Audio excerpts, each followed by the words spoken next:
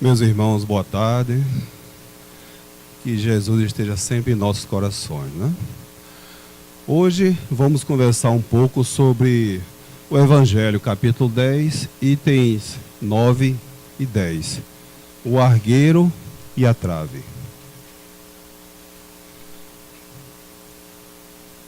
Por que verdes um argueiro no olho do vosso irmão, vós que não vedes uma trave no vosso olho? Ou como dizeis ao vosso irmão, deixai-me tirar um argueiro do vosso olho, vós que tendes uma trave no vosso? Hipócritas, tirai primeiramente a trave do vosso olho, e então vereis como podereis tirar o argueiro do olho do vosso irmão. São Mateus. Jesus aqui, ele chama a atenção e reforça para um conceito 3 vezes aqui nesse textozinho, nesse pequeno texto. Numa parte ele fala, no olho do vosso irmão. Na metade do texto ele diz, ao vosso irmão. E no final do texto ele diz, do vosso irmão. Talvez esteja querendo chamar a atenção ou reforçar que todos somos irmãos. Todos somos filhos de Deus, todos somos criados por Deus, só que momentaneamente estamos em famílias carnais, materiais, temporariamente diferentes, mas somos todos filhos do mesmo Pai, né? Então veja que Jesus aqui se refere 3 vezes, vosso irmão e vosso irmão. Nesse sentido, um pai e uma mãe que tem filhos, quer que os filhos que são irmãos, que se cuidem e se amem. E se cuidem um do outro, né? E aqui também está essa intenção. 3 vezes vosso irmão, num texto tão pequeno, dizendo, nós somos irmãos. Temporariamente, em experiências físicas, familiares, sociais, um pouco diferentes. Mas somos todos irmãos, filhos do mesmo Pai. Mas ele fala em argueiro e trave. O que é um argueiro, o que é uma trave? Uma trave a gente já tem ideia, né? Uma trave é uma coisa feita uma viga, um pilar, um pedaço de madeira grande, uma trave. Um argueiro é o que a gente normalmente diz, eita, caiu um cisco no meu olho. Vem aqui, a pessoa fazia, não estou vendo não, mas não estou sentindo. Tem um cisco dentro do meu olho, vem aqui, como ela não estou vendo, sopra aqui o olho, sopra, tira o cisco, mas quem soprou não viu. E a pessoa que estava sentindo também não consegue ver. Mas aqui ele diz, a gente com a trave no olho, com a madeira bem grande no olho, a gente consegue ver o cisco no olho do nosso irmão. Nós com a trave na frente, distorcendo nossa visão, impedindo nossa visão, e a gente ainda consegue ver no olho do nosso irmão uma coisa tão pequena, tão ínfima, que nós até chamamos a atenção para o nosso irmão, porque ele tem aquele cisco no olho. É claro que esse cisco e essa trave aqui não se refere à madeira, nem uma coisinha material bem pequenininha, mas na frente a gente vai ver, né? Se eu estou com a visão tão distorcida porque tem uma trave no meu olho, como é que eu consigo ver um cisco no olho do meu irmão? Será que esse cisco, ele existe? Ou será que eu estou criando, ou vendo, ou repassando ideias que outros me passaram a respeito daquela pessoa e criticando, e chamando a atenção das imperfeições daquela pessoa.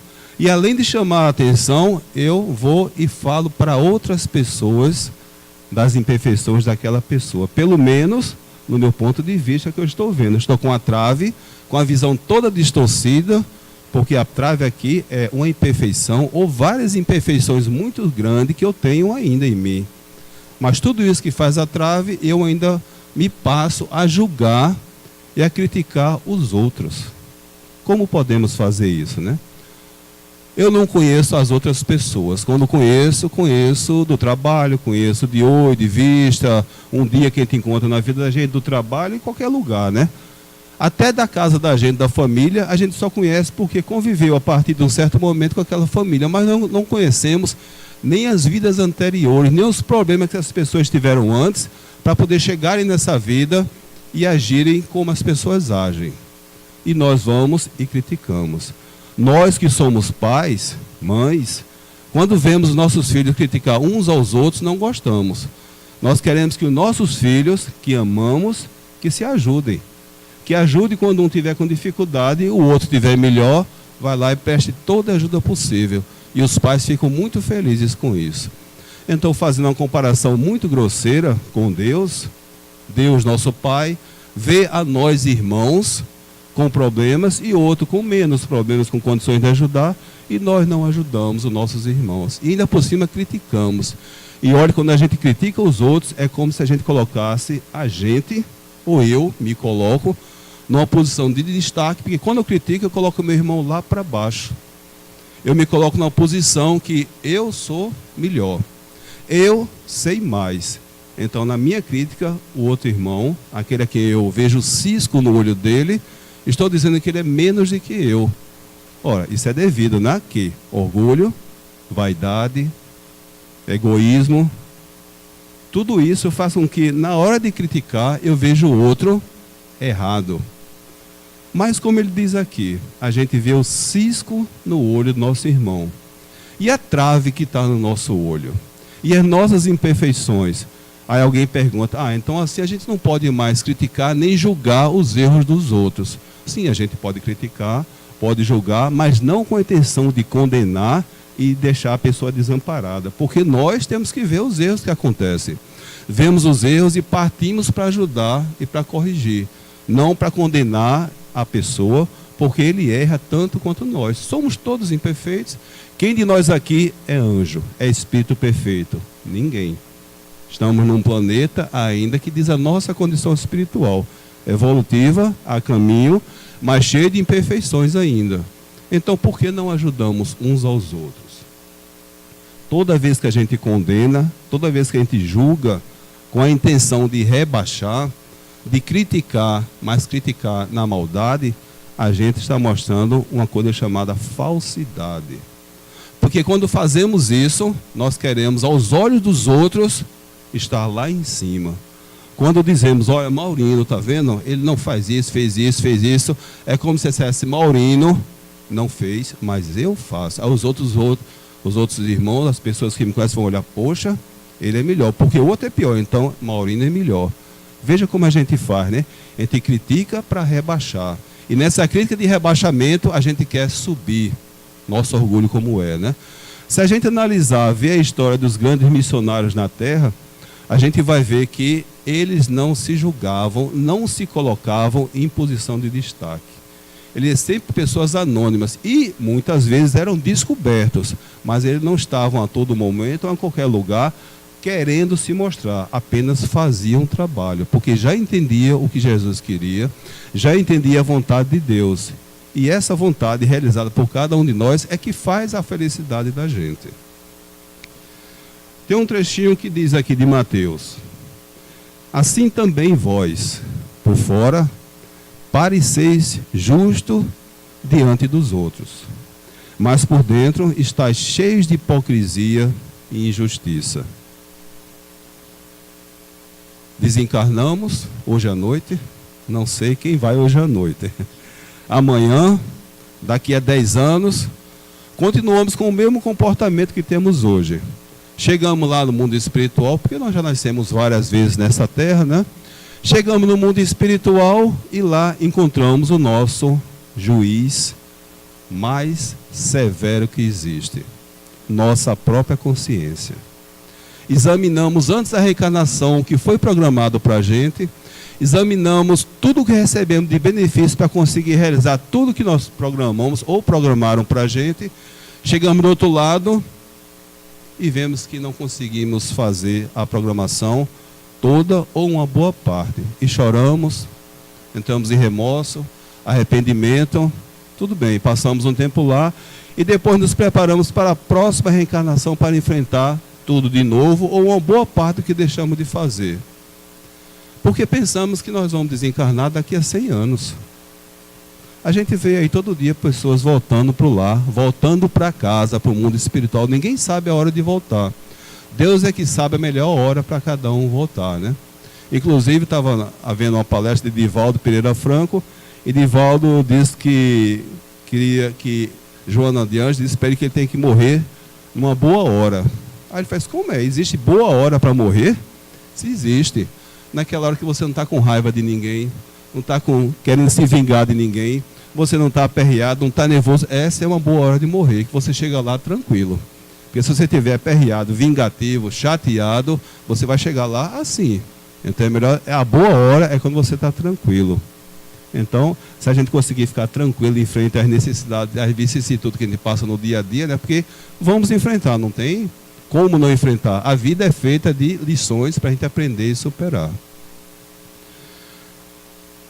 Acredito que a maioria das pessoas, nós todos aqui, sabemos que em centros espíritas, ou todos, ou a maior parte dos centros espíritas, realizam reuniões mediúnicas. Nessas reuniões mediúnicas, estão lá algumas pessoas sentadas à mesa porque é uma posição mais confortável, né? Sentadas nas cadeiras, em volta de uma mesa, uma sala fechada, porque é um trabalho mais delicado, né? Mais sensível, não tem público, né? E nesse trabalho, alguns irmãos espirituais são trazidos e através dos médiuns, eles falam de suas necessidades, contam suas histórias, suas vontades de vingança e tudo isso mais. E tem algumas pessoas que se dedicam a conversar com esses espíritos para poder ajudá-los. Numa dessas reuniões aconteceu o seguinte, eu vou ler a historinha para poder não pular, porque é muito interessante. Numa reunião mediúnica no centro espírita. Feita a prece de abertura, e após a leitura do item do Evangelho, interessante que o item era o argueiro e a trave. Iniciaram-se as manifestações. Um espírito incorporou em uma das médiuns. O dirigente saudou. Seja bem-vindo, meu irmão, nessa casa de caridade. O espírito respondeu. Zi, boa noite, Zifio. Sunsei me dá licença para me aproximar dos seus trabalhos, fio? Claro, meu companheiro. Nosso centro espírita está aberto a todos que desejam progredir. Vós, me tem aí uma cachaçinha para eu beber, Zifio? Não, não temos. Você precisa se libertar desses costumes que traz dos terreiros, que é o de ingerir bebidas alcoólicas. O espírito precisa evoluir, completou o dirigente. Ora, meu irmão. Aí mais na frente o preto velho responde, né? Vós, me tem aí um pito? Estou com a vontade de pitar um cigarrinho, Zifio. Não, não temos. Você precisa se libertar desses costumes também, meu irmão. Ora, meu irmão, você deve deixar o mais breve possível esse hábito adquirido nas práticas de terreiro. Se é que queres progredir, que benefício traria isso a você? Aí o preto velho, que quando ele chega a falar Zifios, aí o pessoal classifica logo como preto velho, né? O preto velho seria um africano que viveu aqui na Terra como preto, né? Aí chamam de preto velho, né? Como representa os velhos africanos. Aí o preto velho respondeu, Zi preto velho gostou muito de suas falas, mas Sunsei e mais alguns dos médios também não faz uso do cigarro? Zifio, Sunsei mesmo fuma e toma as bebidinhas nos fins de semana? Vós, pode me explicar a diferença que tem o seu espírito que beberica o uísque lá fora, de mim que quero beber aqui dentro? Ou explica a mim a diferença do cigarrinho que você fuma na rua, daquele que eu quero pitar aqui dentro, Zifio? O dirigente envergonhado não pôde explicar, mas resolveu arriscar. Ora, meu amigo, nós estamos aqui num tempo espírita e é preciso respeitar os trabalhos de Jesus. O preto velho agora respondeu, mas agora já não mais com a fala de preto velho. Respondeu com outro tipo de conversa, com outra fala, né? Caro dirigente, na escola espiritual da qual faço parte, temos aprendido que o verdadeiro templo não se constitui nas 4 paredes a que chamais centro espírita. Para nós, estudiosos da alma, o templo da verdade é o do espírito. E é ele que está sendo profanado com o uso do álcool e do fumo.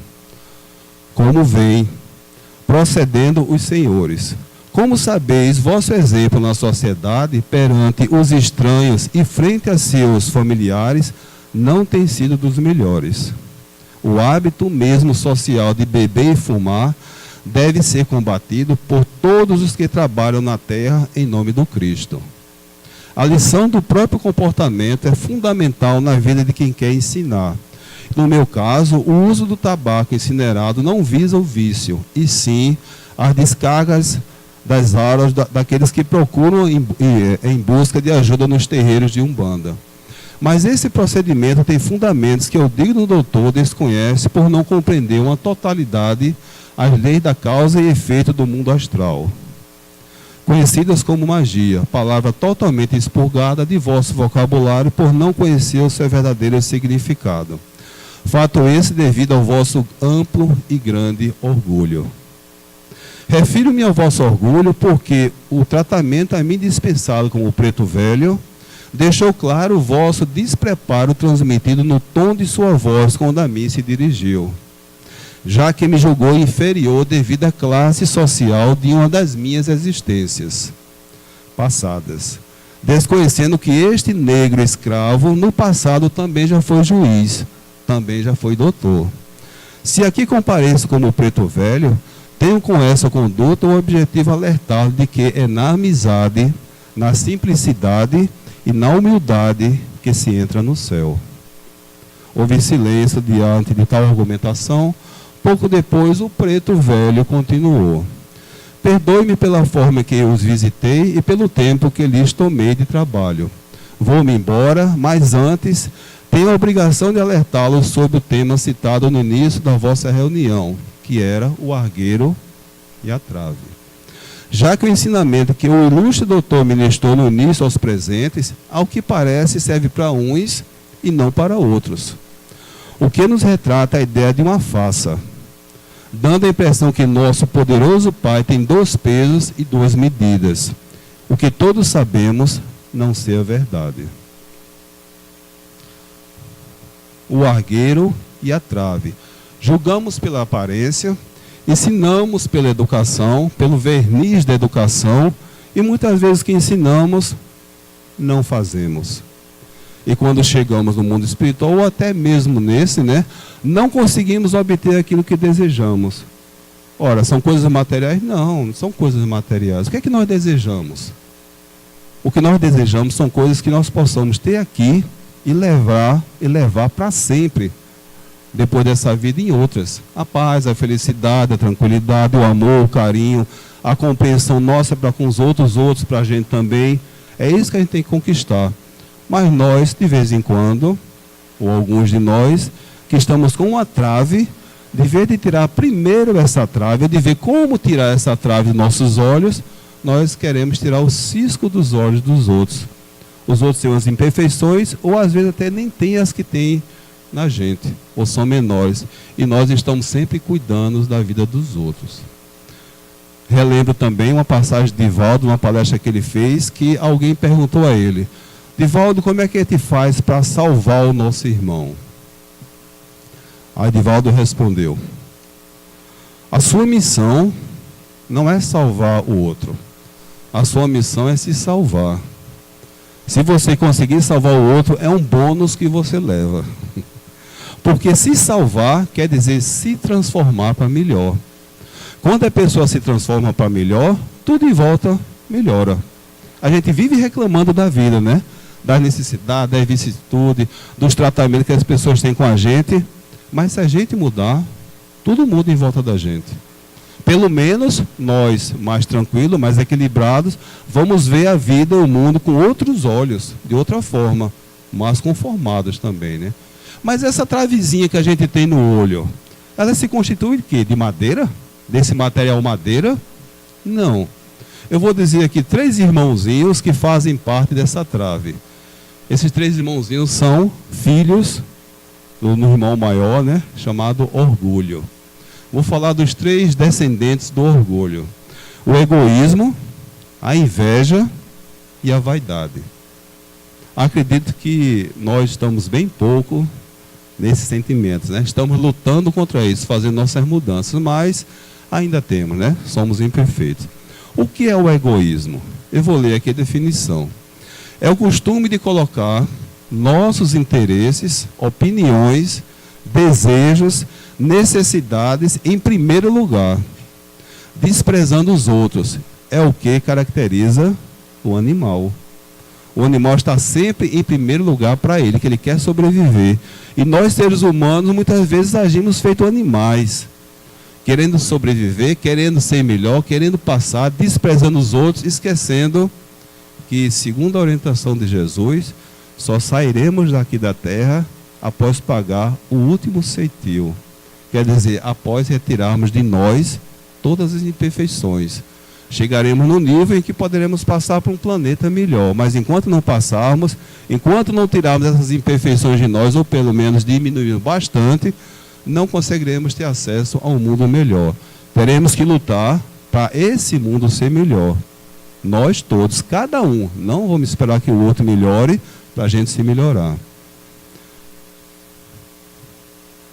Alguns turistas vieram aqui a Recife e foram ali para o lado do mangue. Conheceu o manguezal, tudo muito bonito lá, né? E passando lá pelo manguezal, tinham alguns catadores de caranguejo. Pegando caranguejo dentro da lama, mete a mão dentro da lama, né? Suja a mão todinha naquele mangue, as pernas vêm quase na metade, que enfia a perna no mangue, né?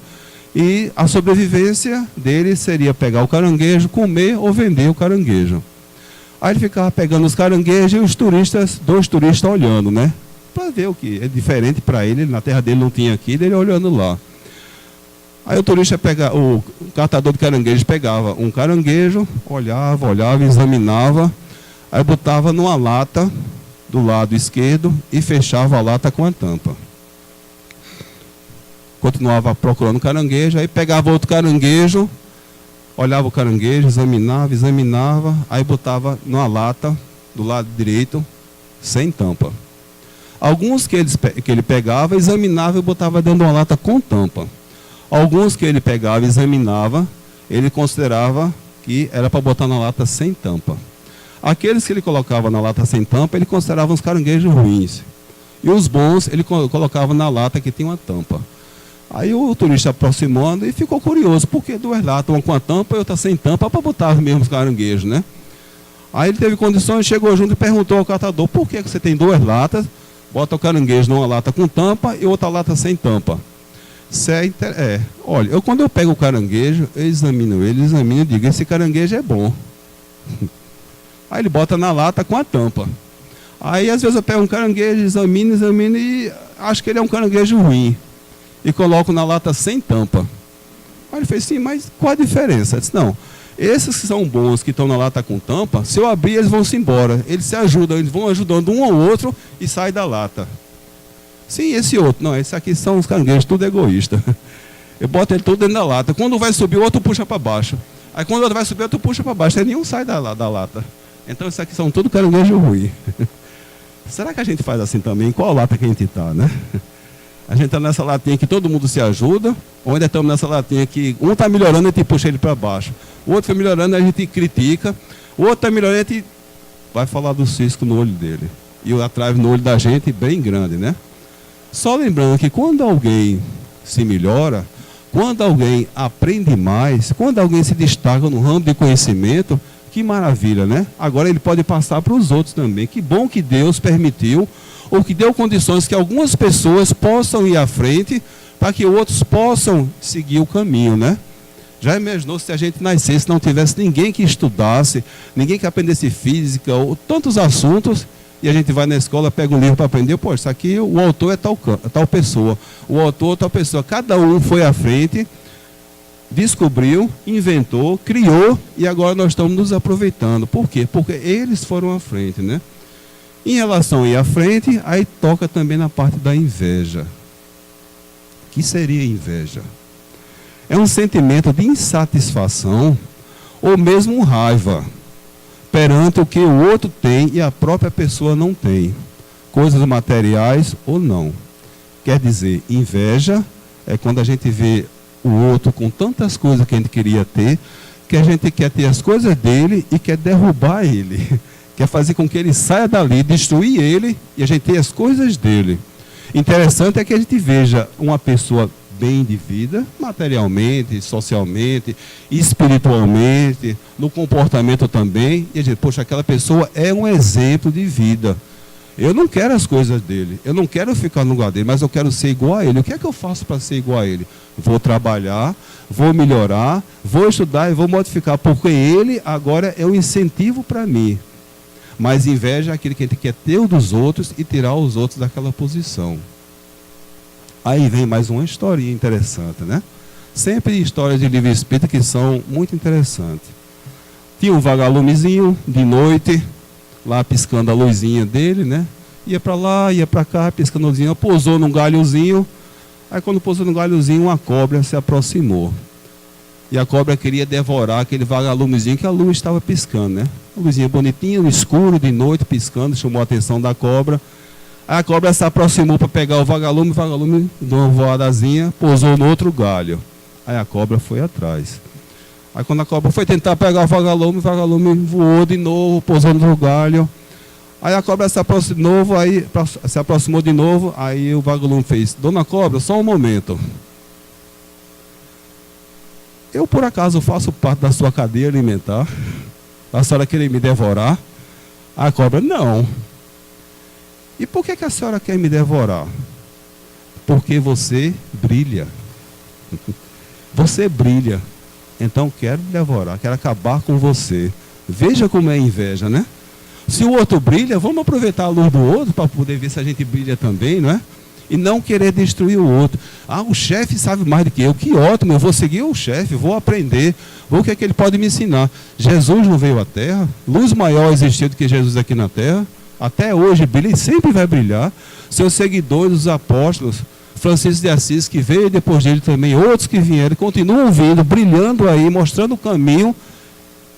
E aqueles colegas que estão ao nosso lado também, melhorando, e a gente sente inveja. Por que sentir inveja? Se alguém traz algo de bom, por que a gente não aproveita também esse algo de bom e faz parte da gente também? Não vamos invejar os outros, né? Nem ser egoísta, porque Deus deu tudo a todos. Somos irmãos, vou repetir, né? Somos irmãos, filhos de Deus. O Pai quer que a gente se ajude, quer que a gente se ame. Como nós, pais, queremos que nossos filhos se amem e se ajudem também. Mas além do egoísmo, da inveja, que fazem parte dessa trave, tem outro irmãozinho chamado vaidade. Esses três juntos fazem um grande estrago, né? Vaidade, o nome já está dizendo, a qualidade do que é vão, vazio, não tem conteúdo, firmado sobre a ilusão. É um desejo de chamar a atenção, de ser aplaudido e reverenciado. Isso faz parte também da vaidade. Veja aqui na sala, alguns idosos feito eu. O pessoal chama de boa idade, mas eu não sei, eu vou descobrir ainda, né? Tem outros mais jovens ainda. Veja que todos nós que já estamos um pouco mais à frente, passamos por todas essas idades. Passamos por 5 anos, 10 anos, 15, jovem, beleza, corpo bonito, e o nosso corpo foi mudando a partir do tempo. Chegamos aos 60, 70 anos, olhando para trás, e aqui tem um textozinho do livro Parnaso Além Túmulo, que fala que tudo é vaidade. Tudo passa, a não ser aquele que ele conquista e leva em nós espíritos. Mas cada fase da nossa vida é uma fase de aprendizado. Não é uma fase de revolta, não. Deus fez assim para que cada fase traga um conhecimento para a gente. Traga uma orientação para a gente. Já imaginou a gente chegar aos 50, 60, já compreendendo tudo isso do mundo espiritual? Que maravilha, né? Em vez de eu desencarnar com 30 anos revoltado, sem saber de nada, rebelde contra Deus, ele permitiu que eu chegasse aos 50 e 60, fosse a um centro espírita, a um centro religioso, e eu ouvisse falar de Deus. E agora eu estou me acalmando, sabendo que quando eu desencarnar, eu vou continuar existindo. Aí na minha velhice, na minha terceira idade, eu já vou me acalmando e dizendo, poxa, como Deus é bom, né? Quando eu sair daqui, eu vou deixar essa roupa aqui, porque eu não sou essa roupa. Então, por que eu vejo dos meus irmãos com roupas diferentes e eu critico os meus irmãos? Por que eu coloco um cisco no olho dos meus irmãos? Porque eles não têm aparência física igual a mim. São diferentes só na roupagem. Porque como espírito, somos todos iguais. Na próxima encarnação, usaremos roupas diferentes. Ou roupas masculinas ou roupas femininas. Mas usaremos roupas diferentes para novos aprendizados. O que a gente não conseguiu aprender agora, na próxima a gente vai aprender. Talvez com um pouco mais de sofrimento, se deixamos as lições passar, né?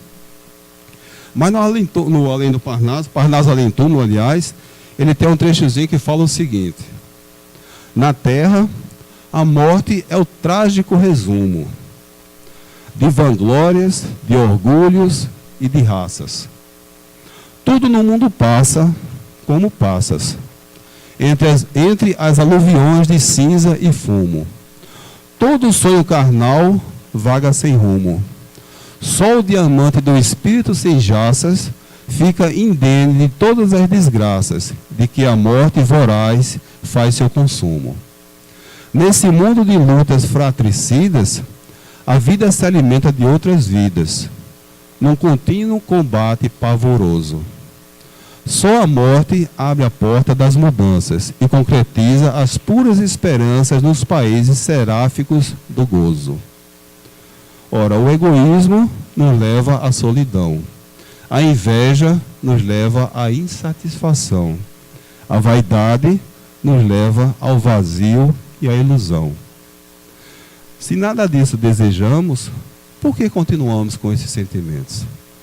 Por que não diminuímos? Por que não façamos um esforço para poder diminuir todos os sentimentos? Vamos sair dessa terra puros? Não, não vamos sair. Mas vamos sair com as imperfeições menores. Se lutarmos contra essas imperfeições, sim. Só lembrando, por que viemos à Terra? Por que nascemos de novo? Então vou dar 2 dicas, entre outras, que nós todos já sabemos, mas vou só relembrar. Para modificar a nós mesmos, em primeiro lugar, e para modificar, na medida do possível, a sociedade, porque fazemos parte de uma sociedade. Fazemos parte de uma comunidade, aquela que está próxima a nós ou que está longe. Então também é responsabilidade nossa mudar a sociedade, mudando primeiro a nós mesmos. E como é que a gente muda a nós? Como é que a gente reprime os vícios em nós? Primeira coisa, se alguém falar algo de errado com a gente, não vamos revidar, não. Vamos dar uma paradinha e ver se o que a pessoa falou tem razão. Porque se a gente revida, a gente está mostrando já o orgulho e a vaidade. Então a gente dá uma parada. Maurino, você é assim, assim, assim, assim. Será? Os meus amigos não dizem isso. Os amigos nunca dizem isso. Só os adversários ou inimigos é que realmente chegam e dizem: olha, você é isso, é isso. O amigo normalmente passa a mão, perdoa, entende, mas não diz o que a pessoa tem de mais grave. Então quando alguém chegar e diz: olha, você fez isso, você é assim, você se comportou daquele jeito, então não responda. Use aquela técnica dos 10 segundos. Vou contar até 10, vou parar um pouquinho. A pessoa foi embora, estou sozinho agora, estou em casa, deixa eu dar uma pensadinha. Poxa, ele falou que eu sou isso, isso. Aí aqui no Evangelho diz: se olhe no espelho, veja no espelho e veja se você é assim mesmo. Se for possível, pergunte a outros: fulano, eu ajo assim também? Aí alguém pode dizer: de vez em quando, para passar a mão, para fazer carinho, uma vez ou outra você age assim, né? Mas na realidade a gente acaba agindo dessa forma. Olha aí a lição. Olha aí a oportunidade que a gente tem de receber essa orientação e mudar. Eu gosto de repetir o que eu vou dizer agora novamente, para a gente não pensar que a gente vive aqui nessa terra 100 anos, 200 anos. Qualquer hora nosso pai chama de volta para casa. Não sabemos quando. Por que a gente vai deixar para a gente se modificar amanhã? Depois de amanhã, o ano que vem, a gente já não pode chegar em casa, fazer algo diferente para melhor hoje? Pode. Por que não começar ou intensificar o que a gente já faz hoje? Compreendendo que tudo que a gente faz para os outros, primeiro está fazendo para a gente. Porque quando a gente se acalma para poder fazer algo de bom, o primeiro beneficiado foi a gente. Se a gente quer dar uma orientação para alguém de alguma coisa que a pessoa aprenda, a gente tem que aprender primeiro para falar para os outros. O primeiro beneficiado foi a gente. Veja que interessante. Quando a gente sempre quer ajudar os outros com amor, a gente tem que ter amor na gente. Então a gente cria em nós, desenvolve, cria em nós não, desculpe, Deus colocou o amor em nós, né? nós desenvolvemos, melhoramos esse amor em nós e distribuímos aos outros. Mas não vamos dizer, porque eu não gosto de ninguém, não vou fazer isso, não. Comece. O primeiro passo, mesmo que não fique muito à vontade, comece. É feito os colegas fazem. Vamos fazer uma visita ao abrigo? Não, não gosto muito de ir para o abrigo, mas vamos lá para o abrigo. A gente vai uma vez por mês, né? No primeiro sábado do mês, a gente vai para o abrigo, chega lá. Um pessoal leva um teclado, outro leva um violão, algumas pessoas cantam, quer dizer, canta não, né? Faz um barulhinho lá para os nossos irmãos mais idosos, canta uma musicazinha, a gente senta perto dos nossos irmãos idosos, que seremos já, né? O tempo passa logo. Sentamos perto dele, a gente não fala nada, tem muita gente que fica calado. Mas nosso irmão idoso fala, desabafa, fala da família, fala de suas necessidades. Quando termina de falar tudinho, fala tudo de novo e fala de novo. Termina, repete 2, 3 vezes. Por quê? Necessidade da pessoa, carência, sozinho, solidão. E assim a gente não se sente de vez em quando, mesmo tendo 15 anos, 20 anos, 30 anos, 60, de vez em quando está em casa, cheio de gente em casa, a gente se sente só. Por quê? Porque ninguém chegou, não deu um abraço, não botou o braço em cima, disse alguma coisa de bom, né? A gente não pode fazer isso? Pode. É tão simples, né? Chegar em casa, o filho está lá sentado, chega lá, está vendo televisão, a gente sai, bota o braço em cima e fica vendo televisão com ele. Ou dizer alguma coisa boa que sente. A pessoa sente, mas as pessoas às vezes ficam encabuladas de dizer, né? Que gosta do outro, que é uma pessoa legal. Vamos fazer isso, né? Como é que a gente pode reprimir os vícios dos nossos filhos se nós fazemos? Como é que a gente pode dizer para os nossos filhos, olha, não beba, não fume, faz mal, não faça esse comportamento, seja uma pessoa educada, seja regrada, e nós fazemos tudo ao contrário. Nós mostramos uma coisa e pedimos para ele fazer outra. Me lembrei agora uma história que cai muito bem aqui, uma história espírita também, que eu já trouxe essa história aqui, né? Mas é muito interessante. O pai tinha grandes bens materiais, era uma pessoa de comércio, tinha lojas, comércio, dinheiro, administrava tudo isso. E esse pai tinha um avô, e esse pai tinha um filho. Então tinha um filho, o pai e o avô. E o pai é quem administrava tudo. Mas tudo era do avô. Mas o avô também continuava trabalhando. E o filho e o pai, aliás, o pai e o avô, administravam as coisas. Muitas vezes o pai ia à frente, né? Chega uma hora em que o avô disse, eu estou muito cansado e não consigo mais trabalhar e administrar todos os bens. Vou passar todo para o meu filho, que era o pai, né? Mais ou menos aí uns 40 anos. Aí o avô passou para toda a administração, todos os bens, para o seu filho. E o filhinho do outro, pequenininho, de 10, 12 anos, sempre ouvia o pai e o avô conversando sobre os negócios. E nesse momento eu também ouvi o avô dizer isso para o pai. Vou passar todos os meus bens, toda a administração, você administra que eu não tenho mais condições e vou ficar descansando agora, né? Dou algumas orientações, mas não estaria mais à frente. Passou tudo para o pai. Depois de algum tempo, o pai disse para o avô, o senhor está ficando muito pesado aqui em casa. Não dá mais para ter o senhor aqui em casa. Vou fazer o seguinte, o senhor vai ter que sair daqui de casa, vai ficar eu e meu filho. Aí o avô fez, mas meu filho, como é que pode? Não, pai, você tem que sair, não dá mais certo não. O pai já com idade avançada, né? Como tem que ter muitos cuidados, né? Tem que sair. Aí de tanto o pai reclamar, chega uma hora em que o pai botou o avô para fora de casa. Na hora de botar para fora de casa, disse para o filho, que estava próximo, disse, meu filho, vá buscar a roupa do seu pai. Aí foi buscar, deu roupa para o pai, para o avô, né, aliás. Aí o avô saiu de casa, né, triste, né? Pouco tempo depois, algumas horas, o avô voltou, bateu na porta.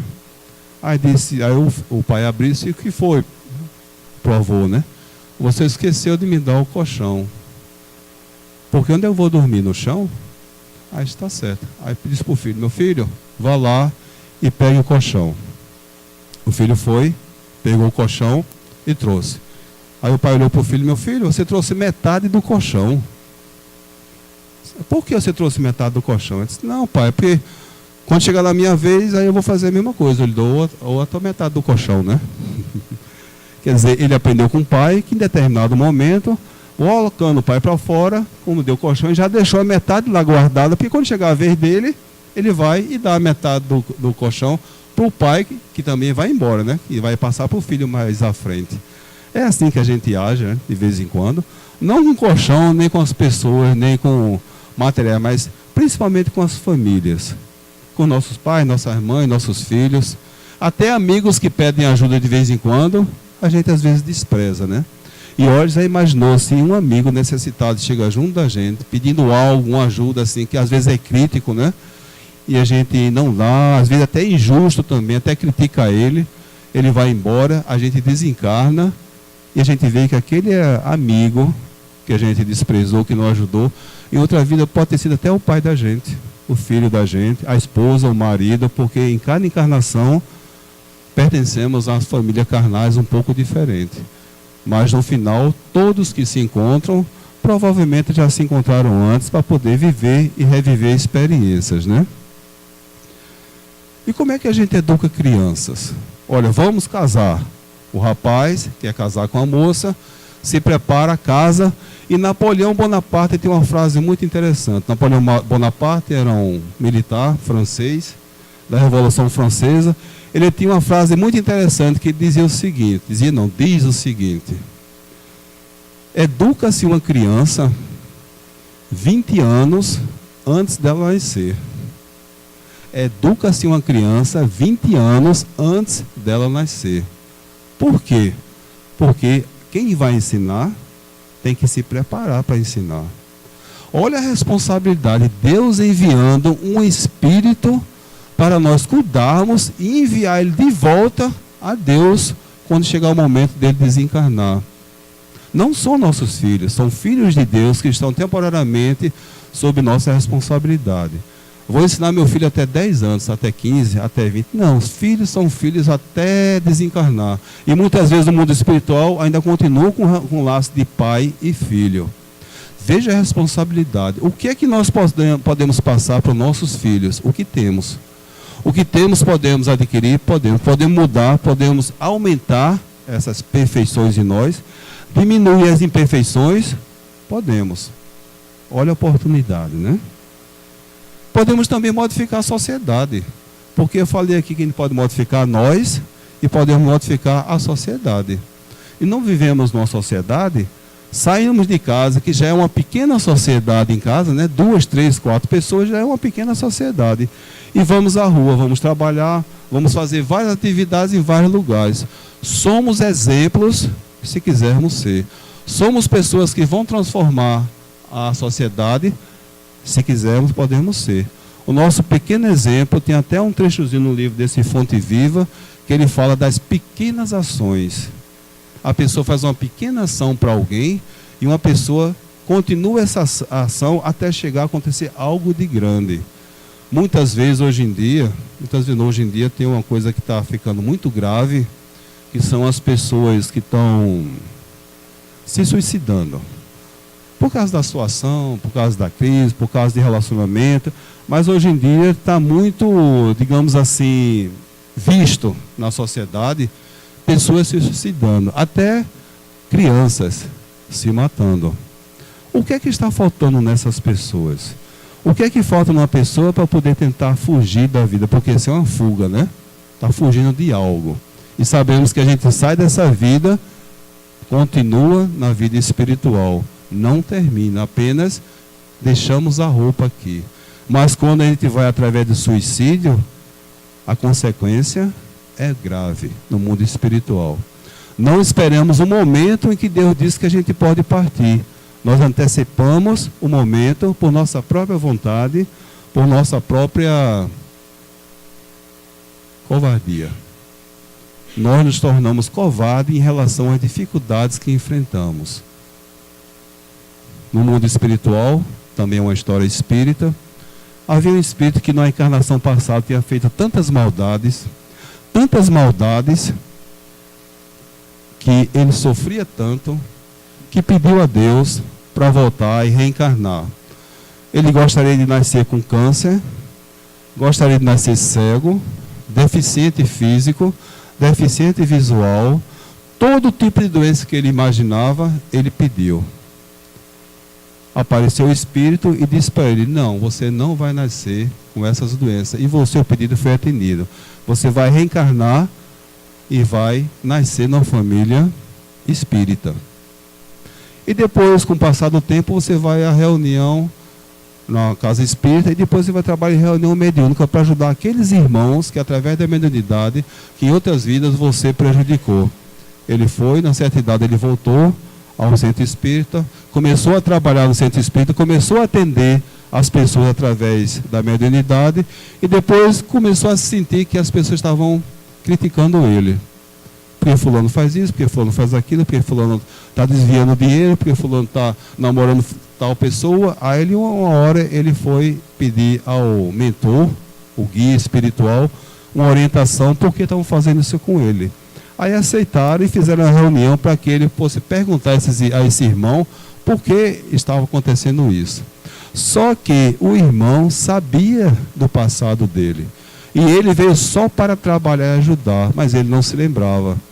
Aí falou com o irmão, e com o irmão veio através do médium, e ele perguntou: meu irmão, olha, estão dizendo que eu estou desviando o dinheiro da casa, estou fazendo isso, mas não estou fazendo isso. Aí o Espírito dizia: trabalha e perdoa. Aí disse: olha, mas estão dizendo que eu ando saindo com fulano, com ciclano, está reclamando. Aí o irmão fazia: trabalha e perdoa. Mas olha, tem pessoas falando de mim, porque quando eu faço isso, aí começava a dizer, aí toda vez que ele reclamava de alguma coisa, o Espírito dizia: trabalha e perdoa, porque o Espírito sabia qual era o problema dele. A resolução do problema dele é trabalhar e perdoar. Depois terminou a reunião, ele saiu do centro espírita e nunca mais apareceu no centro. Não veio mais trabalhar. Daí por diante a história não diz mais nada. Mas quem é nosso inimigo? Quem é que nos atrapalha para a gente fazer nossa reforma? Quem é que nos impede da gente se melhorar o mais rápido possível? Vocês têm ideia? Os outros? Nós? Nós nos atrapalhamos? Nós mesmos. Então, para a gente encerrar a nossa conversa de hoje, eu vou ler um trechozinho aqui, que está aqui como de um autor famoso, Luiz Fernando Veríssimo, que fala da pessoa que morreu, que atrapalhava a gente. O título é: faleceu ontem a pessoa que atrapalhava a sua vida. Um dia, quando os funcionários chegaram para trabalhar, encontraram na portaria um cartaz enorme no qual estava escrito: faleceu ontem a pessoa que atrapalhava a sua vida na empresa. Você está convidado para o velório na quadra de esportes. No início, todos se entristeceram com a morte de alguém. Mas depois de algum tempo, ficaram curiosos para saber quem estava atrapalhando sua vida e bloqueando seu crescimento na empresa. A agitação na quadra de esporte era tão grande que foi preciso chamar a segurança para organizar a fila do velório. Conforme as pessoas iam se aproximando do caixão, a excitação aumentava. Quem será, né, que estava atrapalhando minha vida? Quem será que estava atrapalhando meu progresso? Ainda bem que esse infeliz morreu. Um a um, os funcionários agitados se aproximaram do caixão. Olhavam pelo visor do caixão a fim de reconhecer o defunto. Engoliam em seco e saíam de cabeça baixada, sem nada falar uns com os outros. Ficavam no mais absoluto silêncio, como se tivesse sido atingido no fundo da alma, e dirigiam-se para suas salas em silêncio. Quem está no caixão? No visor do caixão havia um espelho, e cada um via a si mesmo. O mundo é como um espelho, que devolve a cada pessoa seus próprios pensamentos e atos. A vida muda quando a gente muda. Que Deus abençoe a todos.